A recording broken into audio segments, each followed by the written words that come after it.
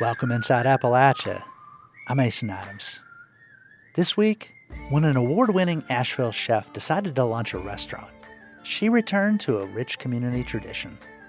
The black fish fry is so much more than just food, but it is a source of community. And I really, post-pandemic, was craving that. The popularity of weaving waxes and wanes. At the moment, it's having a renaissance. There are a lot of people that find joy and meaning in physically making something when we are in kind of chaotic and tumultuous times. And during Lent, Yugoslavian fish stew is a local favorite in Charleston, West Virginia. It's spicy, it's got every kind of seafood, scallops and shrimp, and it's just very tasty, and it's very filling, actually. You'll hear these stories and more this week inside Appalachia.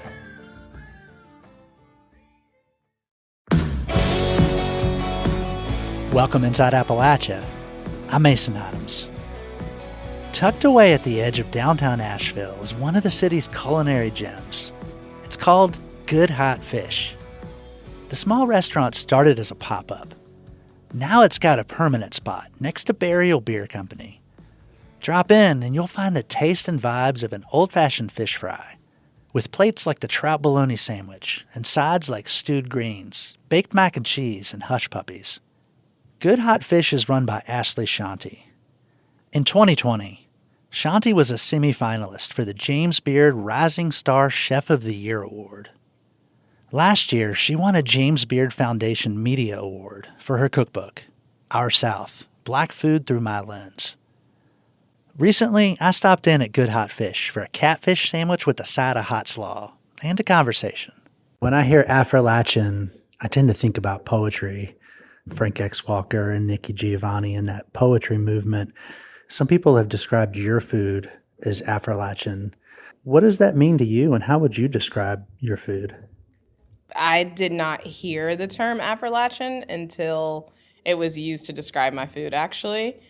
I've since learned that Dr. Frank X. Walker coined that term to, I think, dispel a lot of the myths that exist in the area of Southern Appalachia, that it is this largely white region of uneducated people that are barefoot and hillbilly and all of those stereotypical kind of comedic things that people have tied to this area. And while some of them are true, we are certainly so much more than that. And I think when Dr. Walker coined that term, he was speaking not just to the Black influence here in art and poetry, but also in everything that we do, our lifestyles, the food here, the music. It just encompasses an entire lifestyle. And it also speaks to the erasure that we've seen of Black culture in this region.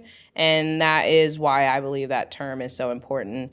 And that's why I'm proud to hear people describe my cuisine as that. I've spent a lot of my life around the Roanoke, Virginia region, which is an old railroad town that's got a significantly higher Black population than a lot of other Appalachian cities. It's about 30%.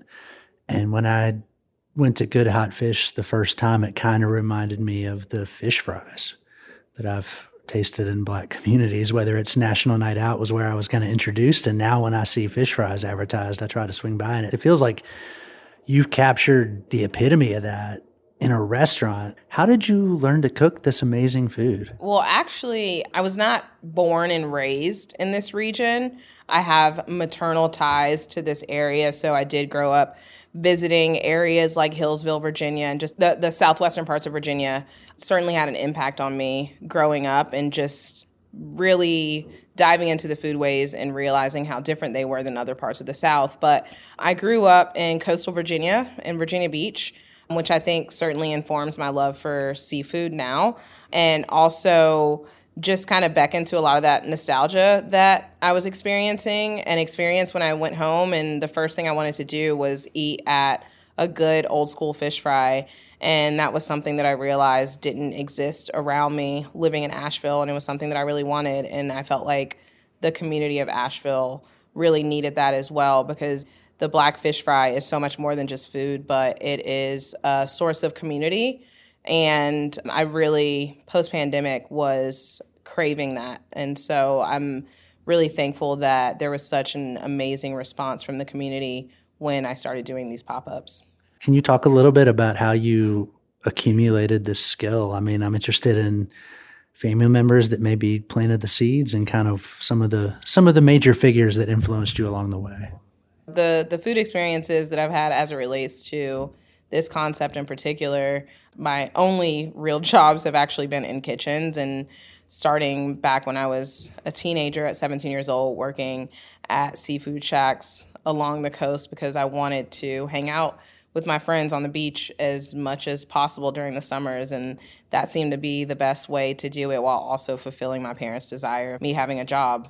As a teenager, I was always surrounded by seafood growing up on the coast, and I don't think I realized how much it impacted me until I didn't have access to that anymore, and that's something that we face here, being in a mountain region. I feel very fortunate to have the relationships that I have with the fisher folk along the coast of North and South Carolina, because they inform a lot of the things that we feed our guests, and they inform our menus. I grew up eating that way and working in restaurants where we cook that way. If it was coming fresh out of the water, then that is what we were going to be preparing that day.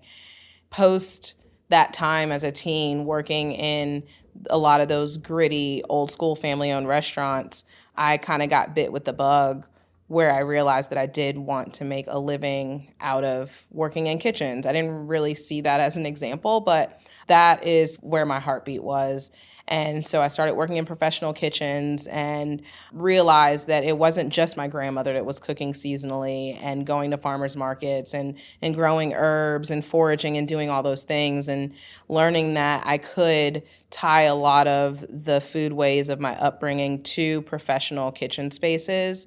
Also, just wanting to have fun in the kitchen and wanting to see glimpses of my childhood and the things that made me happy growing up and apply that to a professional kitchen setting and have it be chef-driven and have it be supportive of the small makers and farmers around me. I think that was a big part of what inspired the concept of Good Hot Fish. Your food is so good. You could really cook anywhere in the country, and we're lucky to have you here in Appalachia. What brought you to Asheville in particular?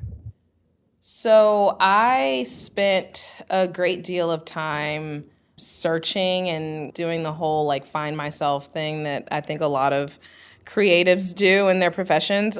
I was not in a particular kitchen. I wasn't a chef or a cook anywhere. And I realized that I wanted to tell my own stories, and I knew that I needed a platform and where I could do that.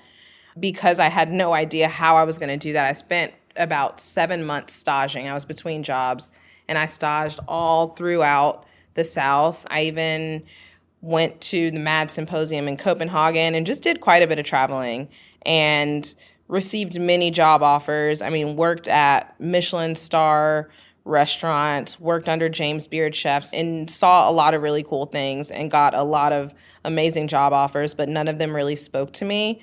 And I knew that none of those job offers were going to allow me to tell the stories that I wanted to tell in the kitchen. Through mutual friends, I had a chance interview with Chef John Fleer, whom at the time was the chef of Rhubarb in the Roux, and he was opening a concept that highlighted Black foodways and specifically Appalachian foodways, and that restaurant was called Benny on Eagle, and he wanted to talk about what it would look like for me to be part of that concept and maybe had the food program there. And so, we had many meetings, worked together, conceptualized some menus, and a lot of the things that he was feeling and talking about when it came to this concept were very much so the things that I was also wanting to execute in the kitchen. And so we traded notes, and it was a very serendipitous happenstance, and I feel really proud of the work that I did at Benny on Eagle, and feel like I was really able to express myself as a chef and have a connection to this community that to me was largely new and welcomed me with open arms. And I really still meditate on that time as one of the peaks in my career and what really gave me the confidence to do what I do now. What led you to leave that nest and launch your own restaurant here with Good Hot Fish? Well, I mean, gosh, that was almost 6 years ago now. And I mean, I think just even the work that I've done since that time kind of speaks to the why. I've been in the spaces of food TV. I've written a cookbook that's won a James Beard Award. I've opened a restaurant that started out as a pop-up, and we've gotten the recognition of Michelin Guide. And I'm essentially just on the trajectory that I've always wanted to be on as a chef. I know a lot of chefs say that they want to open their own restaurant, but for me, it was so much more than that. I feel like I'm actualizing a lot of those goals, and I think Beyond Eagles served its purpose for me and served me for the right time in my life. And, you know, just like anything, there's times where it's just time to move on and move forward and accomplish the next goal, and I'm ready to continue to do that. I wanted to ask about the Good Hot Fish space. It feels airy and open. The Jet magazines are always cool to look at, and there's just so much interesting decor. How did you conceptualize and lay out the design in that space? What vibes were you looking to bring? Well, it's very tiny, so I'm glad you're saying it feels airy and open. I was really just hearkening back to the days of my youth and my childhood and the things that made me happy, and just thinking of the summers with my cousins. I'm an only child, so my cousins are like my siblings. And just thinking of summers with them and going to the fish fry shop. I was always the only girl, so it's like the boys would go and get their hair cut, and afterwards we would go to some hole in the wall seafood shack, and there'd be old records on the wall and all of those fun things. I think of like turning to page 26 of my parents' Jet magazines and trying to find Beauty of the Week, so they're plastered all over the bathroom walls. So all of the things that really make me happy, and also the things that are undeniably Black and speak to Black culture, were really important to me too, especially in this city. And being one of the few Black-owned businesses, I think it's really important to highlight our culture here. Yeah, I'm glad that the space makes people happy, and the images, they certainly make me happy, and I'm glad that people enjoy them as well. And I also have to give credit to my wife, Megan, that worked day and night to get that space together, and she's largely a big part of why it looks the way that it does. She executed all of that, and the hand-painted signs are hers as well, and we're really very proud of that, and it really truly feels like a family business. I did not grow up reading Jet magazine, but I have such memories of looking at it in the aisle of the grocery store as we were checking out growing up, so that it feels like safe and warm, like home. It brings up those memories for me. Well, it seems like you've evolved throughout your career, and you never linger one place too long. Kind of what are you working on the next few years? Where's your mind going at the moment? Well, I mean, I think I feel like I have found my place and I've found my voice, and I feel really good about the roots that we've put down here in Asheville. I don't plan on going very far. I love the idea of seeing more than one or two good hot fishes in the South. As hard as it was to write my first cookbook, I love a challenge, and maybe there's another one in my future. Ashley Shanti, thank you so much for coming on Inside Appalachia. Thank you for having me, Mason. It was a pleasure. That was Ashley Shanti, the chef behind Good Hot Fish in Asheville. Her cookbook is Our South, Black Food Through My Lens.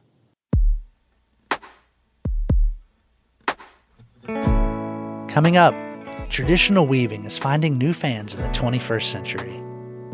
You're Inside Appalachia. I'm Mason Adams.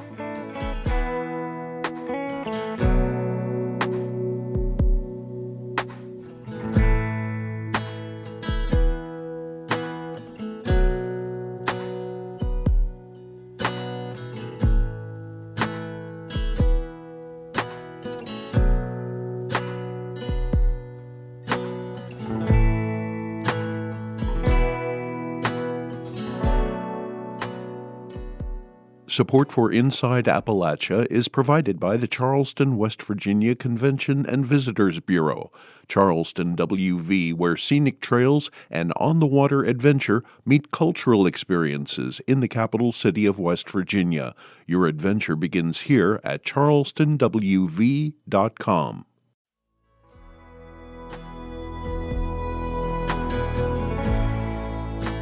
Loom weaving has been around for thousands of years. With the Industrial Revolution, it became more often a hobby than an occupation, but there's been a resurgence in interest, and experienced weavers have been working to make the craft more accessible to newcomers. Reporter and weaver Tony Doman brings us this story. In Kingsport, Tennessee, the Overmountain Weavers Guild is hosting the final day of their Intro to Hand Weaving course. The course takes place each August, and this year there's about 15 students, ranging in age from 12 to over 70. We're in a big room filled with many looms. Guild member Marita Schwartz welcomes everyone to class. But I know from sitting here that what you most want to do is go to your loom. So we're going to let you weave for a while. Marita is a seasoned weaver and one of the instructors. Happy weaving this morning. Go ahead. Students stand and shuffle to their looms. The loom is the primary tool in weaving. It holds a vertical set of threads under tension. Using foot pedals, the weaver can separate those threads to create an open space called a shed. Then the weaver uses a small device called a shuttle to pass another thread back and forth. This creates a pattern of interlocking sets of threads that eventually results in a piece of cloth. I've been in class all month. I started weaving 2 years ago and wanted the chance to grow my skills in person. Today, Marita's helping me with the finishing touches on a table runner that's fresh off the loom. Hold it. Pull these out. We're creating the fringe on each edge of the table runner by twisting and tying together the loose threads. Some of those loose thread ends are tangled. So I got a big knot over here. That's okay. That's part of your hemstitch. That'll help us. Okay. Louise Nuttall is a former guild president. She joined the group as a fiber producer and found a community of like-minded weavers. She says the Overmountain Weavers Guild started over 50 years ago. It started in '72 essentially because a young aspiring fiber artist was bound and determined to learn how to weave. That young aspiring weaver was Claudia Lee. She connected with an older, established weaver in the Kingsport area named Persis Grayson. Claudia and a few others decided they wanted to learn from Persis. And Persis said, well, okay, we can meet at my house. And so the guild started with like 8 people sitting around in Persis Grayson's living room. Today, the Guild is a place where fiber artists from around Northeast Tennessee and Southwest Virginia gather to share information on all things weaving. They host monthly meetings and workshops about different fiber arts. It's become an important source of community for artists in the region. The group has more than 80 members. However, Louise says there's a key limitation. When I was working full-time, I was not able to come to the meetings. Now we have YouTube, but before YouTube, it was really, like I learned from my grandmother. For me, in 2024, I was living abroad in Canada, and I stumbled upon an intro to weaving class that was hosted in person. From there, I was hooked. When I got back to Southwest Virginia, I wanted to keep learning. I turned to YouTube, books, and online classes, but was yearning for an opportunity to learn offline and build community. That's when I found the Overmountain Weavers Guild. The Guild hosts this month-long class on the weekends to better accommodate people's work schedules. You don't have to be a member to take the class. The in-person format has helped inspire a new crop of weavers.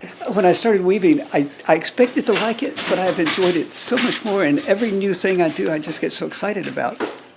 Mark Archibald is from Marion, Virginia. He took the class last year, then joined the Guild and returned this year as one of the instructors. He says learning from other people in person has been invaluable. You learn so much more from others. And you learn by doing things and making mistakes, but you've got to have others. And every time I'm around another weaver, I'm trying to look over their shoulder and see, how do you do that? In addition to creating opportunities to learn in person, other weavers are focused on making the craft more accessible to younger learners. One of those people is Erin Miller. She's the director of weaving at Berea College in Kentucky. She says that while hand weaving has a rich history here in Appalachia, interest in the craft has waxed and waned over time. Craft has had such interesting ebbs and flows, and especially weaving. Weaving can feel a little bit inaccessible because it requires large equipment. Erin's in her 30s and has been weaving for the past 16 years. One of her primary goals in education is to make the craft accessible to the generations coming up behind her. I'm on the board of the Hand Weavers Guild of America, which is primarily older hobby weavers. And that's changing. And part of the reason that I'm on the board is because I'm really interested in seeing that demographic change. And Erin is seeing that demographic change. Most of her students are college-aged and come from diverse backgrounds.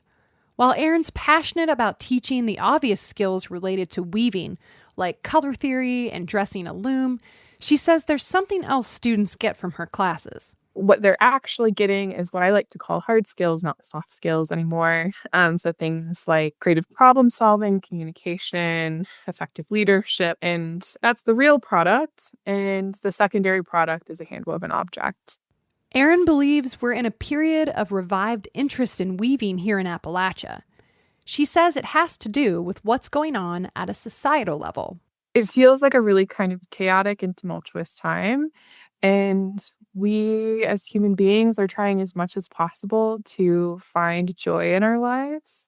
And there are a lot of people that find joy and meaning in physically making something. The output of energy, the physical output of energy, I think is something that we seek when we are in kind of chaotic and tumultuous times. Deborah Prescott is a weaver and fiber artist based in Bristol, Virginia. She agrees with Erin that weaving seems to be a kind of antidote that people are seeking out in current times.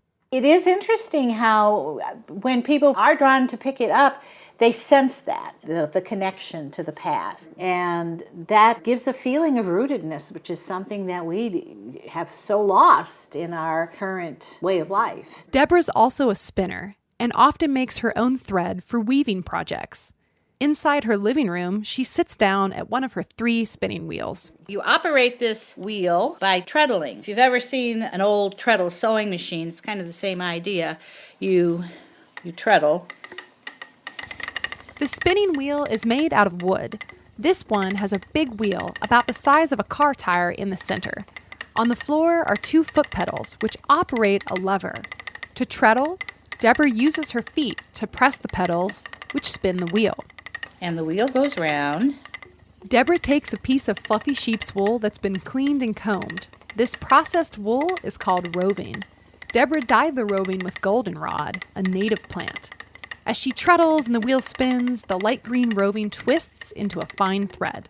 And then the thread goes through this hole, which is called an orifice, and is taken up and wrapped around the bobbin, which looks a lot like a giant thread spool. Deborah grew up in the Chicago suburbs, but she's lived in Bristol for over 30 years now. During that time, she's seen more people in the region become interested in weaving. It really enhances the quality of your life. It's a way of grounding, it's a way of centering. They're very contemplative crafts. They restore a sense of balance. About a year ago, someone connected me with Deborah, and she happens to live just 10 minutes from me. I started visiting her at her home, and since then, she's become my mentor.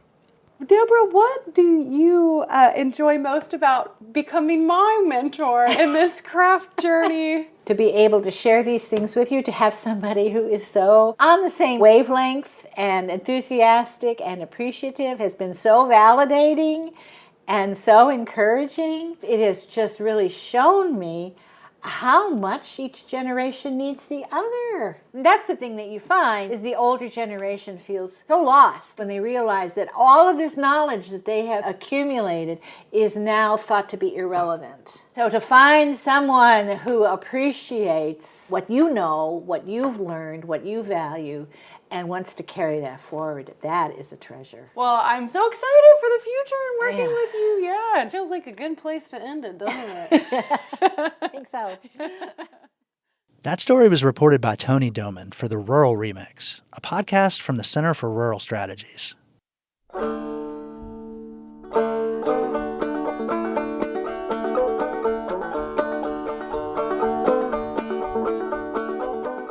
Each weekday morning in Chattanooga, Tennessee, fifth graders deliver the day's news at Calvin Donaldson Elementary School. Their newscasts lean heavily on birthdays, the Pledge of Allegiance, and school sports. But the kids are getting more. A chance to look at the news from the inside out. Ian Elijah Bay of Chatham Matters brings us their story. The fifth graders who run the Calvin Donaldson News Network take their job seriously. Good morning, Calvin Donaldson. This is Michael and Ledger coming to you live from the Calvin Donaldson News Network studio. These kids are responsible for delivering the school news every morning and on time. Let's have a thriving Thursday. Go get 'em, Tigers! Dressed in black and blue blazers, the students broadcast from their studio in the back of the library, reciting the pledge, announcing birthdays, and leading breathing exercises for more than 400 students and staff at Calvin Donaldson. Amanda Edens is Calvin Donaldson's Dean of Students and the driving force behind CDNN, Calvin Donaldson News Network. I want them to have the confidence to share what is going on in their lives, in the world, with a broad audience, because we have amazing kids, and especially when we're talking about kids from historically underrepresented communities, making sure that we're giving them opportunities for their voice to be heard. Although CDNN is reserved for fifth graders, Eden said there's a strong interest from the younger students who can't wait to join once they're eligible. Going into something, the kids had a lot of like, what are my peers gonna think? This is something new and it is scary. And so watching it go from that initial like nervousness and fear to kids will stop in the hallway and be like, hey, can I be on the news? Has been really fun, and it's very affirming for the kids who are doing it. Edens has also created a school journalism program to train student reporters to write and present their own stories on CDNN as the program grows. That's going to help not just with voice, but also when there is a terrible writing prompt that they have to respond to, because at least they're going to kind of know have that extra practice with the thought process and with digging into a source to help them answer. So I'm eager to see where it goes. CDNN is only a 5-minute show, not enough time for students to report on topics important to them. So I asked a few of them if they had any stories about themselves or their school that they wanted to share with me. My name's Darius, and I'm in 5th grade. And one thing that I gotta say is when we at recess, we don't get to play football, and I wish we get to play football.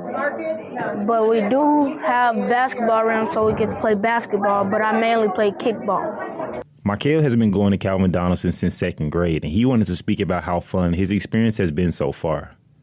My name is Michael, and I'm in 5th grade.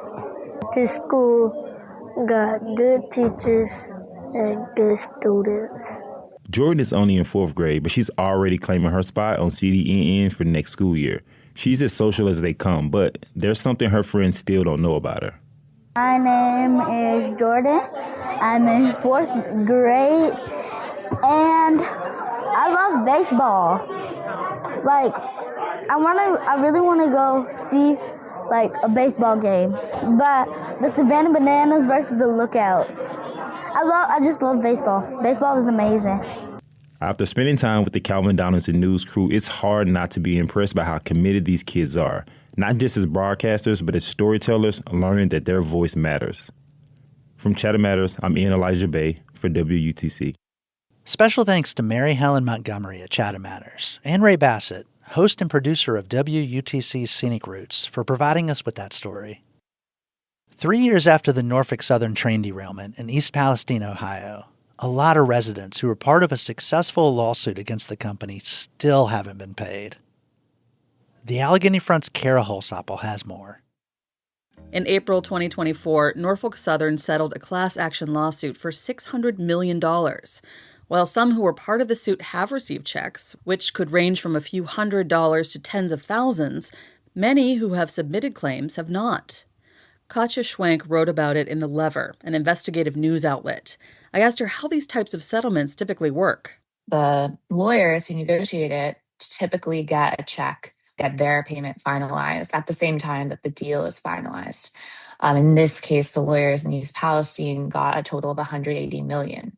And that's not out of the ordinary, but what that causes is it sort of removes the incentive for the lawyers to make sure that everyone gets their fair share of the settlement because, if they get their check before anyone else, you can imagine tens of thousands of people, some who are very close by to the derailment, some who are further, they're all submitting claims. It's sort of a complicated process to allocate the money. And what we saw over the last year and a half is that while some people have gotten checks, many more have had their checks delayed.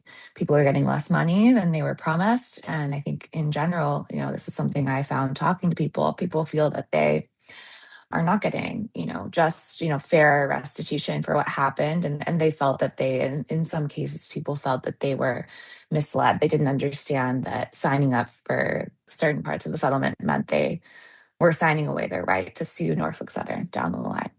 There was also an issue with the company that was hired to distribute the checks. One of the companies that I look at in the story is called Kroll. It was appointed by the court and chosen by the lawyers to be in charge of dispersing checks. You submit your claims to this Kroll, and Kroll decides how much money. You get more money if you're closer to the derailment. You get more money if you have, in theory, if you experience health consequences.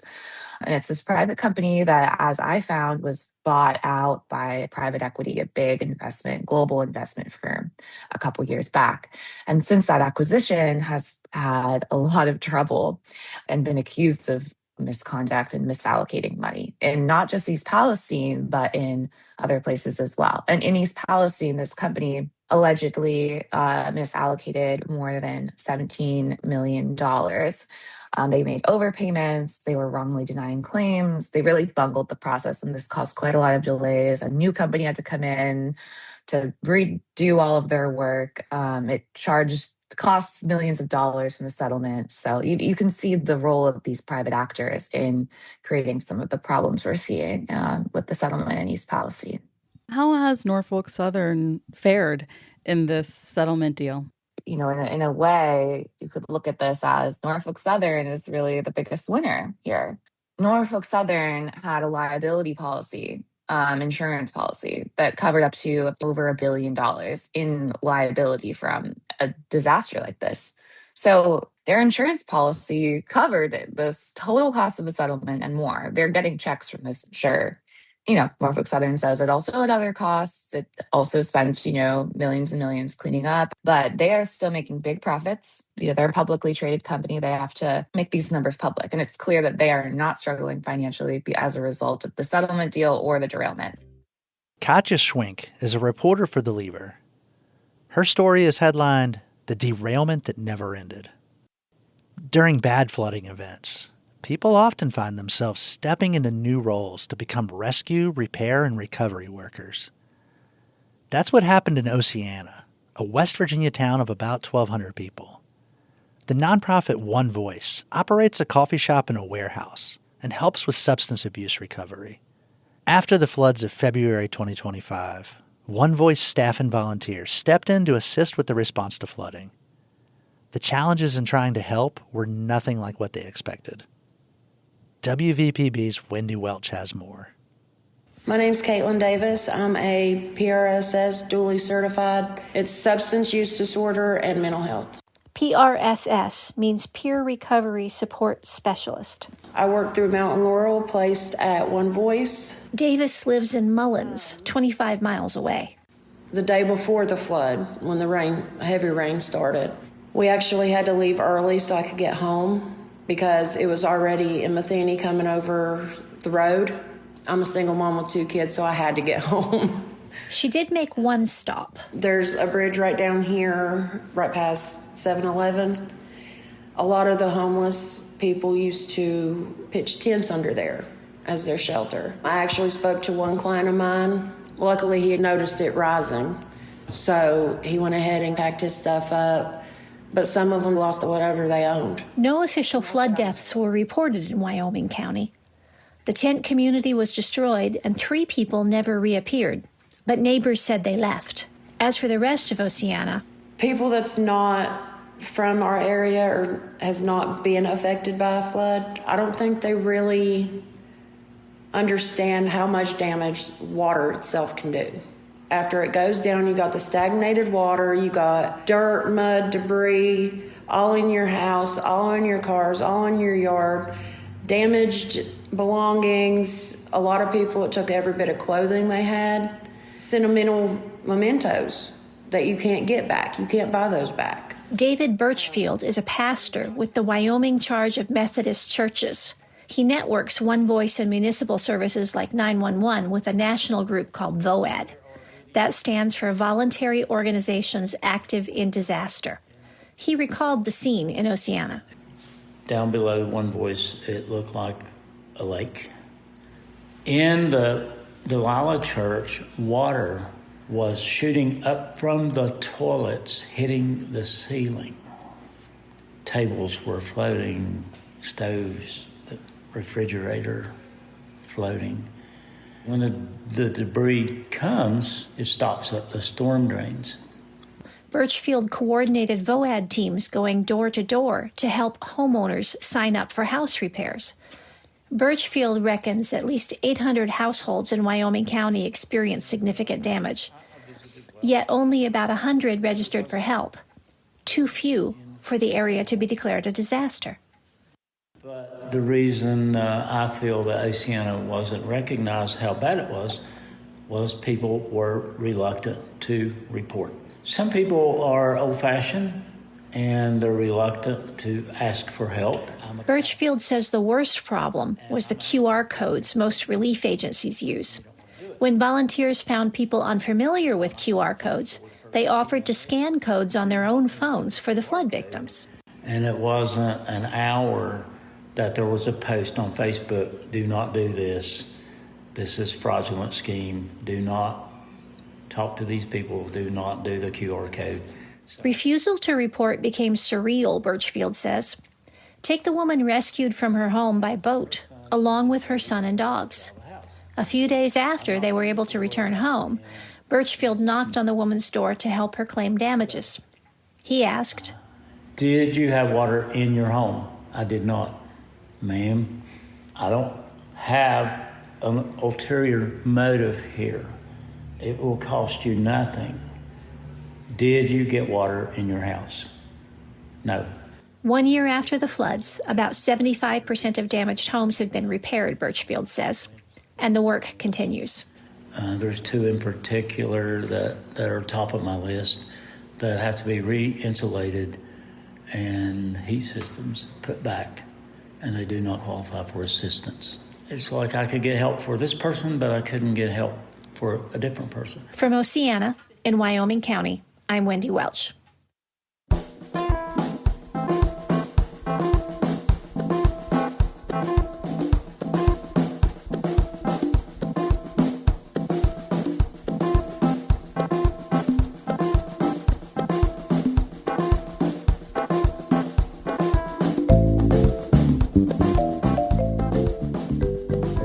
Some turtle patients from the Wildlife Center of Virginia are spending the winter at Bridgewater College.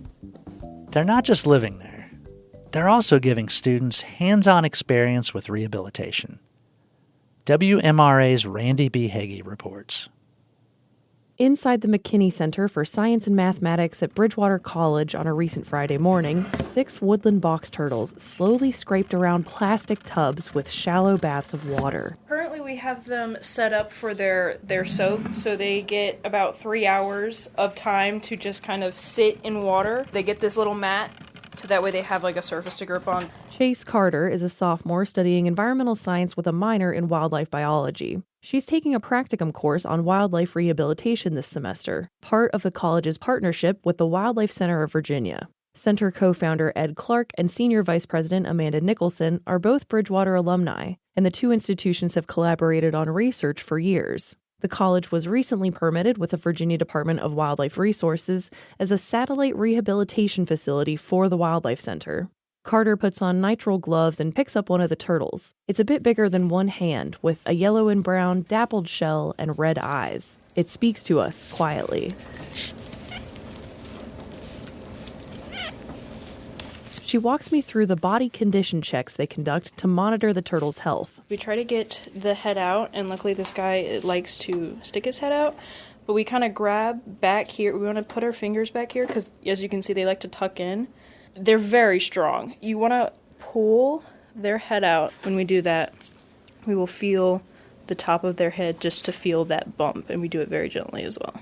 So how does his feel? So he feels like he's got, you can visually see that he's kind of got that, like, bump over top, and when you feel it, it's strong. So okay. I would rate him like a 3, which for us, that means that he's not underweight, he's not overweight, he's a healthy turtle. The program launched in the fall with a seminar in which Wildlife Center staff gave lectures on rehabilitation once a week. It might be about, physical exams, euthanasia, turtle husbandry. Dr. Cara Pierce is the Wildlife Center's veterinary director.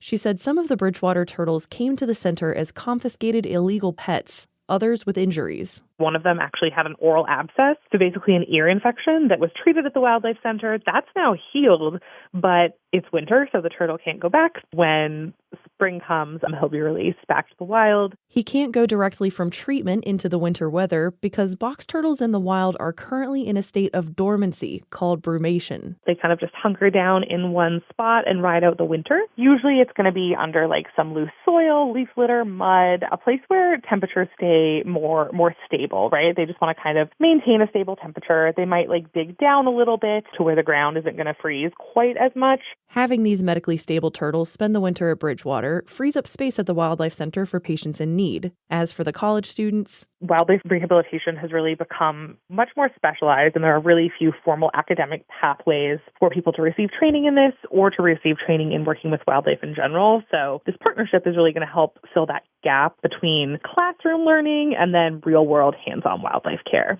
Bridgewater College professor Tamara Johnston-Yellen said most of the students in this program are environmental science or biology majors looking to work with wildlife. Many of them have the wildlife minor as well, and some of them are pre-vet or just interested in animals.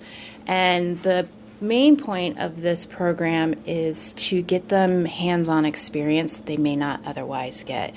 So as a pre-veterinary student, you have to have a certain number of clinic hours handling animals, and so this allows them to do that, but in a wildlife context, which is very different than a domestic animal context. That includes growing and preparing the turtles' food. So this is the slurry that we make, and it is based mostly green leafy vegetables like kale, which we grow here, and we make up big batches and stick them in the freezer so that we can just pull as needed. But it's made of the green leafies that we grow here. This is what is called a primate biscuit, which is a complete diet, and so we mush that up and add that. Some apples, some carrots, some broccoli, sometimes an orange. And then the topper, sometimes it's tomatoes. Today's a tomato day. Sometimes it's a meat-based protein. And then we also have our colonies of invertebrates, our superworms, and our mealworms. They also clean and disinfect the turtles' separate habitats, each boasting leaves, wood chips, dirt, hidey holes, a wet rag, a small water pool, and a sun rock under a heat lamp.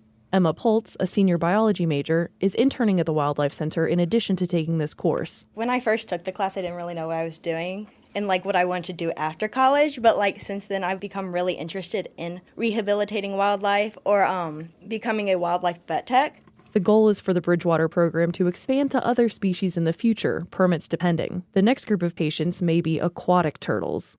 I'm Randy B. Hagee. During the 40 days of Lent, some people forego meat on Fridays in favor of fish. But getting a variety of fresh seafood is harder if you live in a landlocked state. In Charleston, West Virginia, there's General Steak and Seafood. Trucks arrive daily with salmon fillets, swordfish, Chilean sea bass, scallops, Chesapeake Bay oysters, and more. But if you want to taste a little of everything, pick up a bowl of the shop's renowned Yugoslavian fish stew. What started as a way to use up some leftovers turned into a local favorite. In 2023, Folkways reporter Zach Harold brought us this story. It's lunchtime on the first Friday of Lent, that season when many Christians abstain from mammal meat. So you can imagine how busy it's getting at General Steak and Seafood in downtown Charleston, West Virginia. Give me about 6 of the smaller. Folks are stopping by to get shrimp, salmon, and cod, but nothing is selling faster than the Yugoslavian stew. Yugo stew, if you're a regular. The shop opened at 10 a.m. with about 7 gallons on hand, and now they only have a few quarts left. It's very good. Philip Michael got one of the last containers. He says he's been eating this stuff for about 20 years now. It's spicy. It's got every kind of seafood, scallops and shrimp, and it's just very tasty, and it's very filling, actually. The shop's been getting calls from the time they open from customers like Philip, hoping to reserve a few containers. Sometimes they might be having company, and they might want 3 quarts or 4 quarts or more. Some people buy 5 or 6 pints and take them to the office and give everybody one. That's Robin Harmon. He's one of the founders of General Steak and Seafood. It sells out every day. And it's been this way for over 40 years, back before this current market existed, back when there was still a country called Yugoslavia. Robin and his brother Joe owned a combined restaurant and market a few streets over, as well as a bustling catering business. And even back then, the Harmon brothers were known for having the freshest seafood in town. But they had a problem. In those days, scallops didn't come neatly wrapped and packed on refrigerated trucks. They were air freighted in 40-pound sacks. That led to a lot of broken pieces, perfectly edible, but not pretty enough to sell to customers.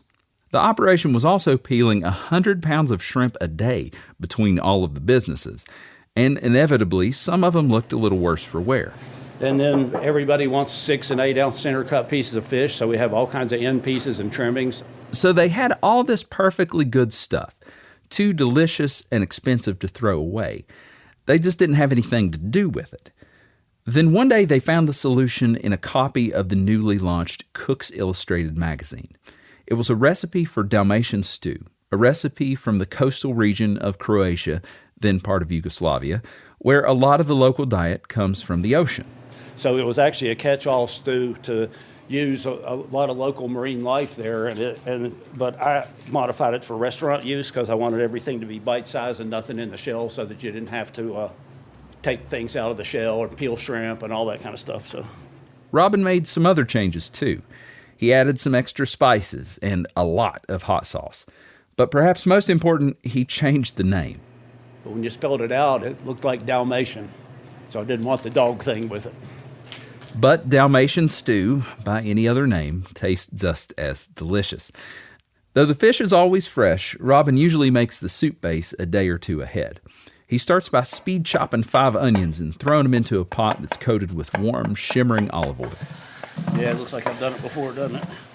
In go several stalks of celery, also rough chopped, and 2 whole heads of garlic, finely minced.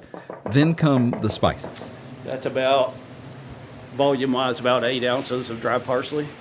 He also adds oregano, basil, and 3 kinds of pepper, black, white, and red. He measured them out today because a guy with a radio microphone just happened to be hanging around, but usually he just does it by feel. No, I have ways like when I do the basil and the oregano, I just turn the thing up and I do 10 big pinches.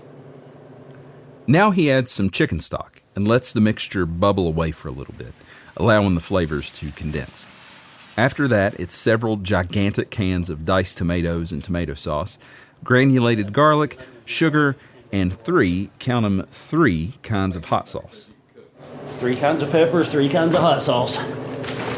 Nice little dose of Tabasco, nice little dose of Red Hot, and lastly, sriracha. Sriracha was actually a pretty exotic ingredient back when Robin first started making this stew in the early 80s.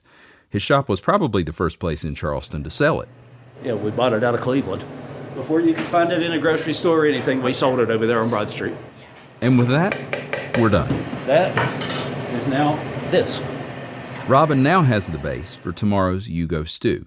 Tomorrow morning, he'll heat it up and add the fish. That's the only part of the recipe that changes from day to day. It really just depends on what comes across the shop's cutting boards. Salmon, swordfish, mahi-mahi, catfish. There's always calamari and shrimp and scallops in there too. Most of the fish goes in about 10 minutes before the soup is ready to serve. Doesn't take long to cook. The shrimp takes even less time, going in the pot for just a couple minutes, which is great because by that point, people are usually lining up for their containers of Yugo stew. Denise Workman is a substitute teacher at a nearby elementary school. She hopped over on her lunch break. Well, I mean, it's spicy and delicious, filled with seafood. I have the recipe that was in the paper a few years ago that they shared, but I've never tried to make it, but you can't top this. But Kim Brown, who entered the store just a few minutes after Denise, wasn't so lucky.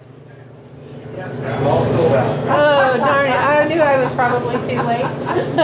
Come back tomorrow. Okay, thank you. Seems like everybody in town has a hankering for this stuff, except for one person. I just got to where I couldn't. My brother still eats it. The other people who work here still eat it, but they don't make it every day like I do. It's the first thing I do every day when I get here is put that on the stove. I haven't eaten it in years. You know what? That's just more for the rest of us. In Charleston, West Virginia, I'm Zach Harold for Inside Appalachia. That story is part of our Folkways reporting project, which covers arts and culture in our region. You can find more Folkways stories at our website, wvpublic.org.